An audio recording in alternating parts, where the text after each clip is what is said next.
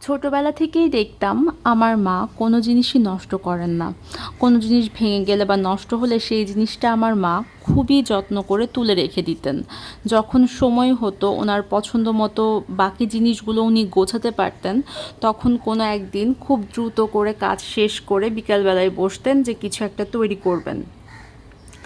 তো ওই দিনটা হচ্ছে আমি আবার দুপুরেও ঘুমাতাম না। মার সাথে জেগে দেখতাম আসলে মা কি করেন। মা বলতেন যে, "আজকে তুমি দুপুরে ঘুমায়ও না, আমি বিকালে কিছু একটা বানাবো।"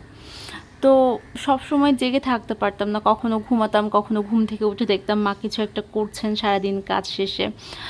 মার সাথে এরকমভাবে আমার অনেক সময়ই কাটছে এবং খুব মজাই কাটছে। তো দেখতাম যে মা কিভাবে জমায় রাখে।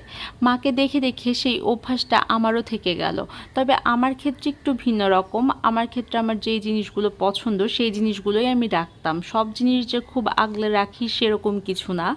আমার রং ভীষণ পছন্দ। তো সেটা লিপস্টিকেরই হোক বা নেল পালিশেরই হোক, আমি দেখা যাচ্ছে যে রঙের কিছু একটা জিনিস বা কিছু একটা আমি করতে পারবো যদি মনে হয় সেই জিনিসগুলো আমি রেখে দিই, কখনো ফেলি না।